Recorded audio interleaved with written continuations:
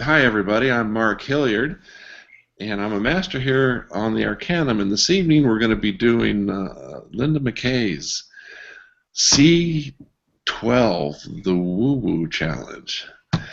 And Linda, I'm really excited to hear your thoughts on the Woo Woo Challenge. Why don't you break it down for us?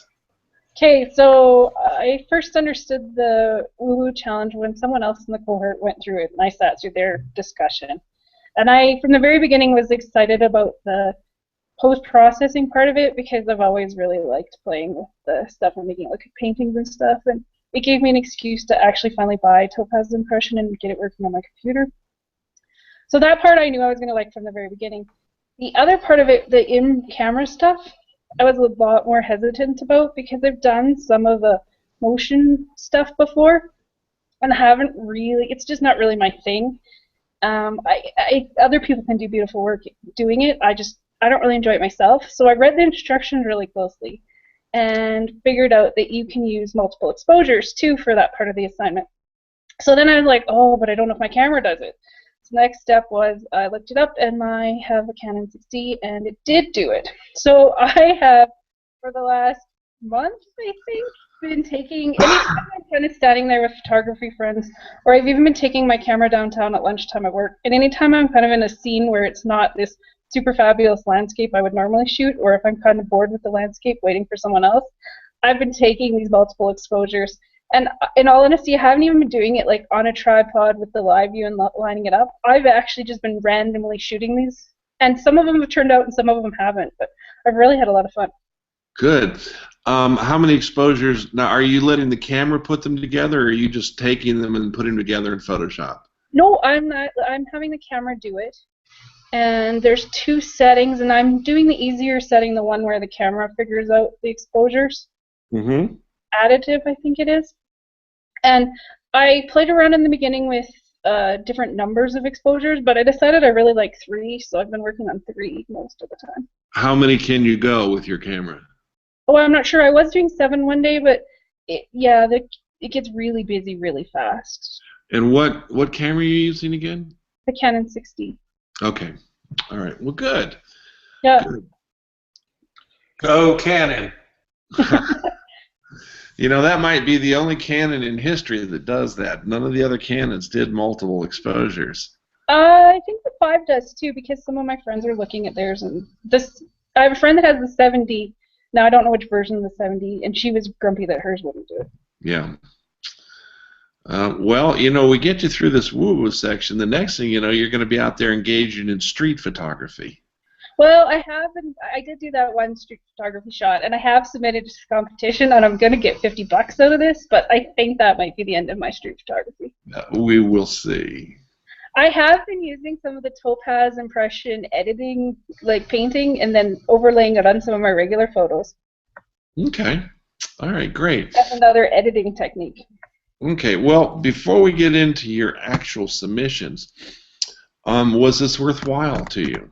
Yeah, I think this was my favorite assignment of all of the assignments. Really? Wow. That is really good to know. I've spent a lot of time over the last couple of years kind of getting the science and the composition of photography, and I don't think I realized it until I did the Woo Woo Challenge, but I think I'd felt like I was following the rules a little bit too much. And the Woo Woo Challenge encouraged me to go back to, okay, I know the composition rules, but let's play around again too. Good for you. I mean, that was the whole point of this. It was to have you think out of the box artistically. Yeah. All right. Well, very good. Let's go take a look, see what you gave us, okay? Okay.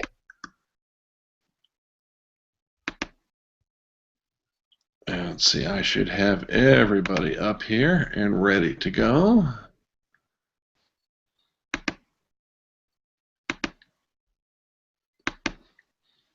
Apparently, I shut my window down with all your stuff in it.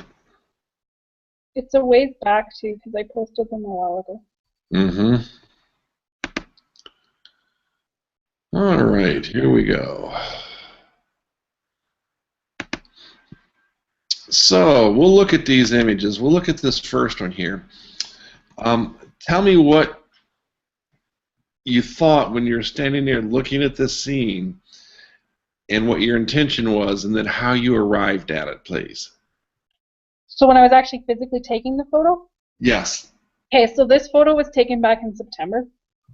And I hiked up with one of my photography friends who doesn't hike all that often. And in the fall here, we have some of the coniferous trees turn yellow, the larches.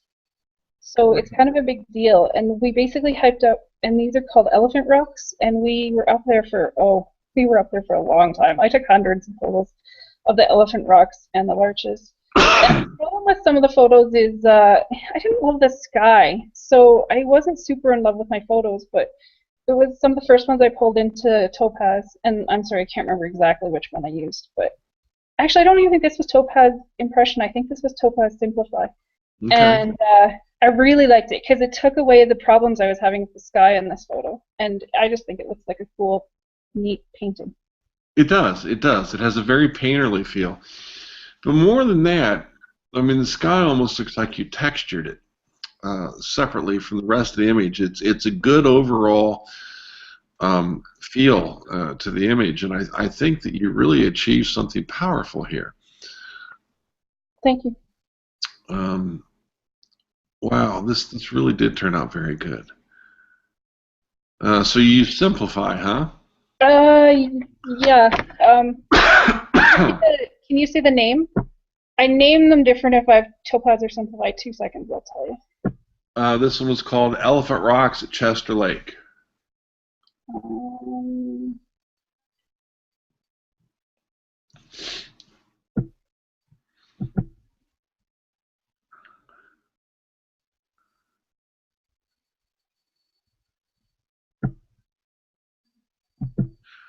While you're looking, I want to comment on the composition a bit too.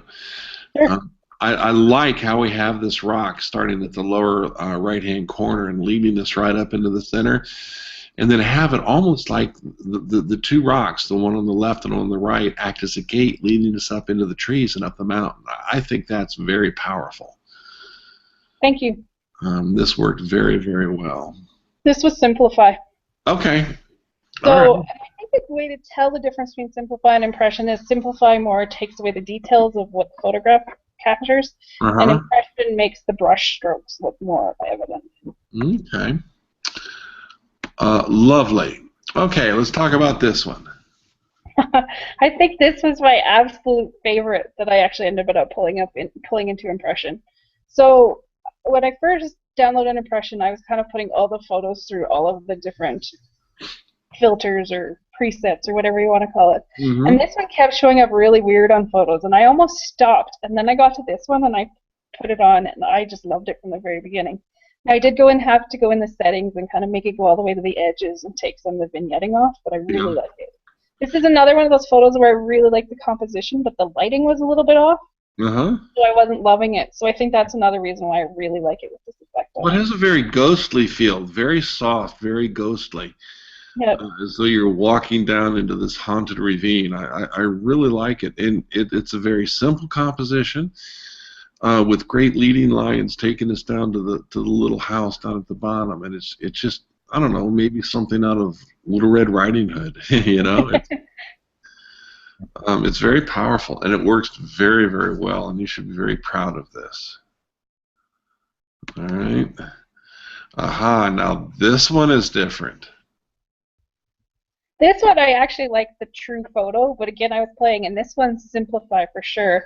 And it was funny, the first time I was just going through the presets, then I've watched a few of the videos since, and I can make this from scratch now.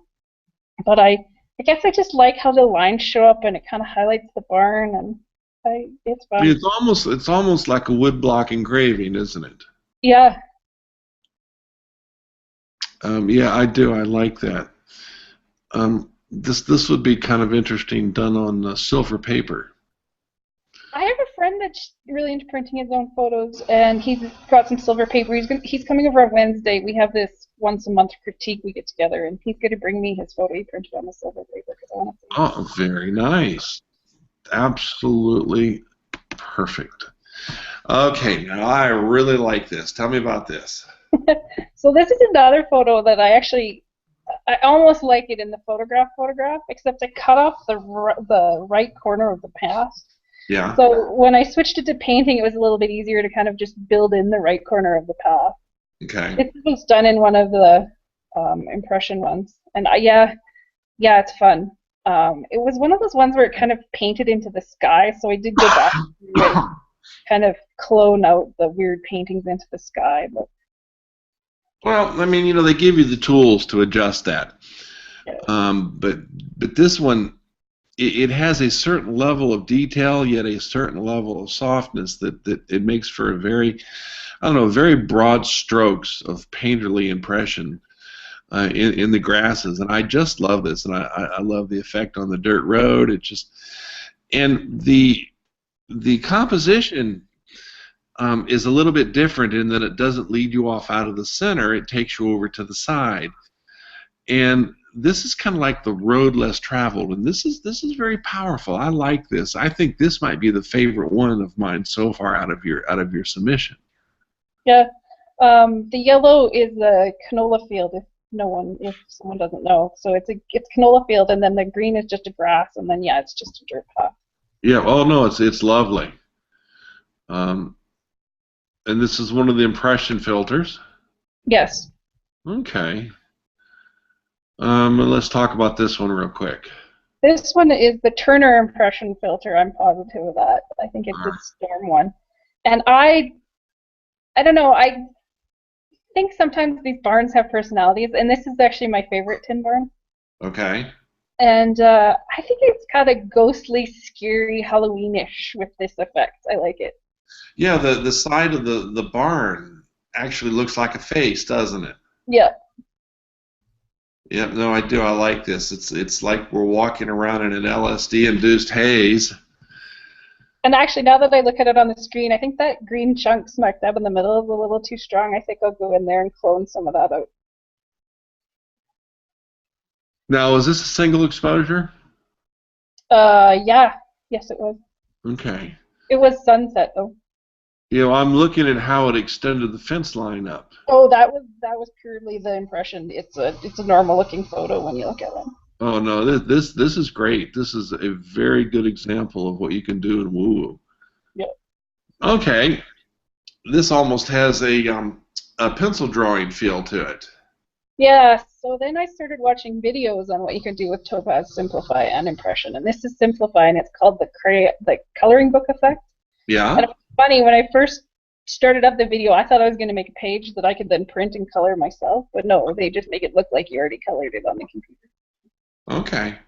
I really like this, and I love the effect of the green plants in the background that are out of focus. They almost have that pooled look, like a long exposure of the sky and the clouds being pulled across the sky.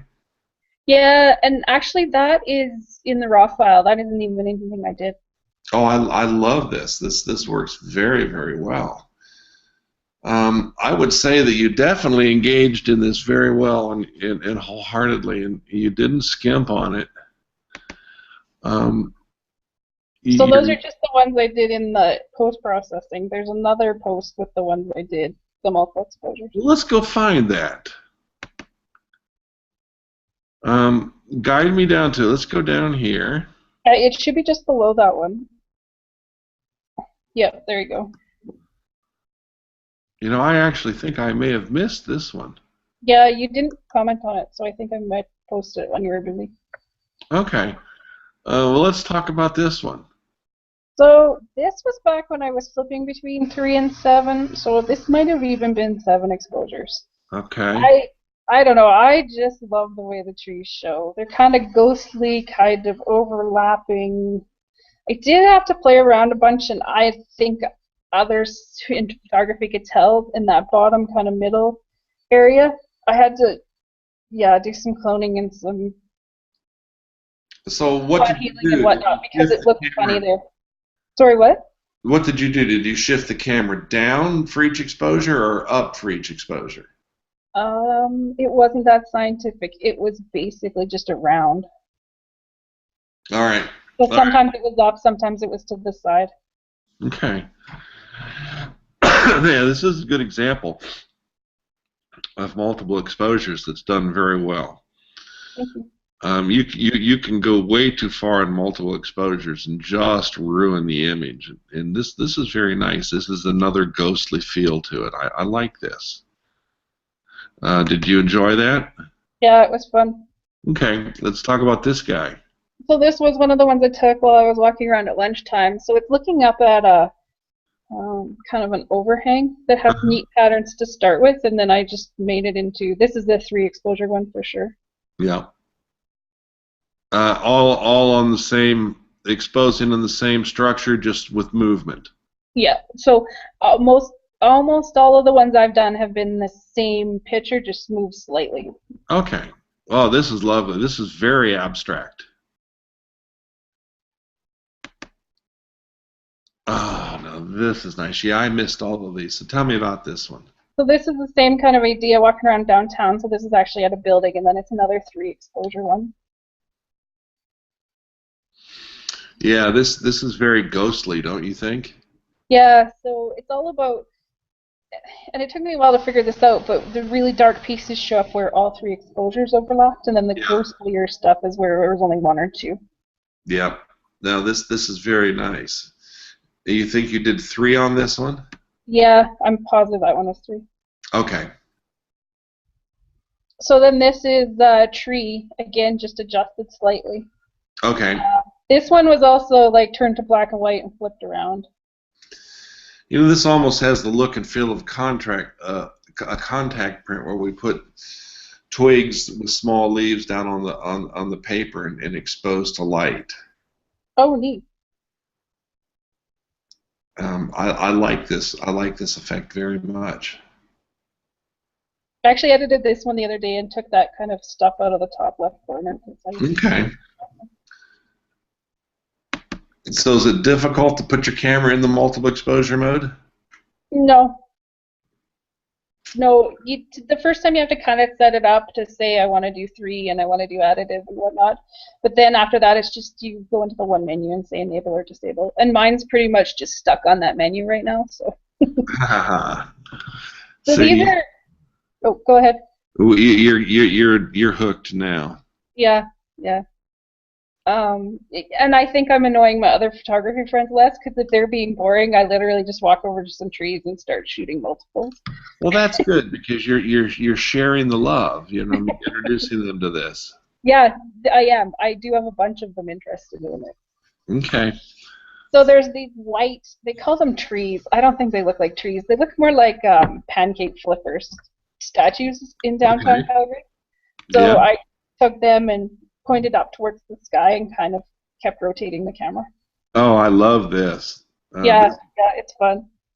Yeah, this is a very fun image. This would be great in print form also on metallic.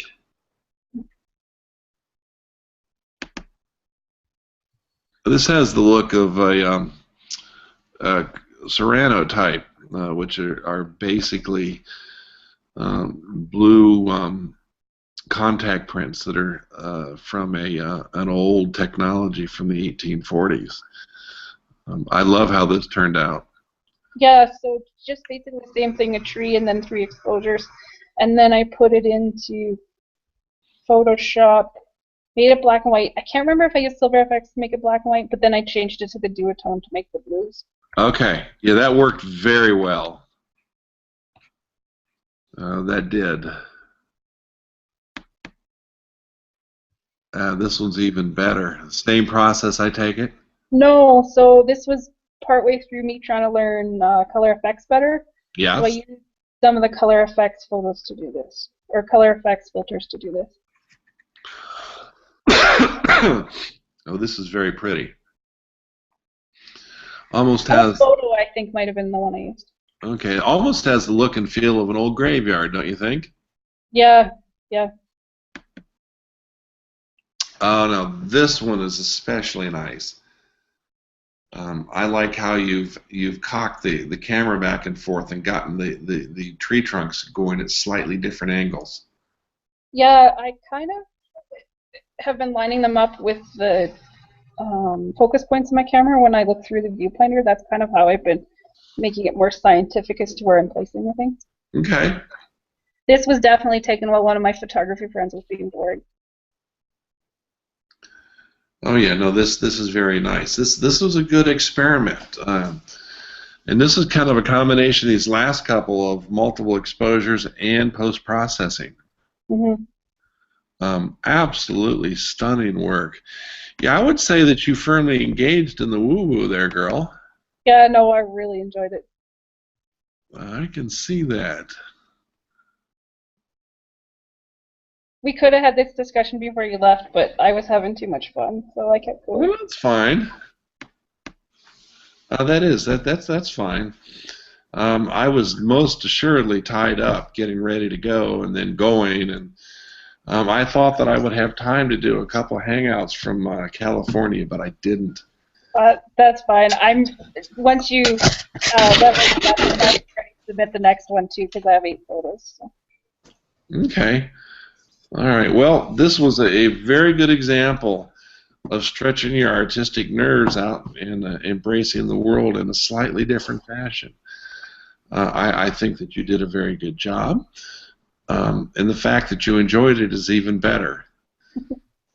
Some people don't enjoy this at all, and you can't. This isn't for everybody, but going out and embracing the alternative artistic side can be sometimes a very powerful learning tool into what you like and don't like in terms of photography. And I cannot tell you how pleased I am that you actually like this. So well done. Thanks. Very well done. What do you guys think? I thought they were great photos when she first posted them. Your barn looks like the Scream. That's the picture it reminded me of. Yep. That and the building, the multiple exposure building, are my 2 favorites. Mm-hmm. Personally, I really enjoyed all the multiple exposure shots. Those were very well done. I think I enjoyed them better than the post-processing filters. Just, I mean, it's a little more mechanical camera, human hand type element in it, right? Well, and since you asked me that question, I've been thinking about it, William. I'm pretty sure you could do the multiple exposures and not move, and just move the focus point if you were on your tripod and set up all properly. Yeah, I was thinking about it, and I was going to try it out in the field. I just haven't got around it. The bugs have been real busy the last 2 weeks, but as soon as I get a shot, I will. Yeah, try it. When it's flower time. Well, when it's flower time, I think I'll try more multiple exposures my way, but I think I'll try them as a focus stacking method too. Yeah, it'll be interesting. They're starting to come out here as well. I think I'll try it. I'll try to do it next weekend. Yep. But those were excellent. I really enjoyed all of the multiple exposures. Very well done. Thank you.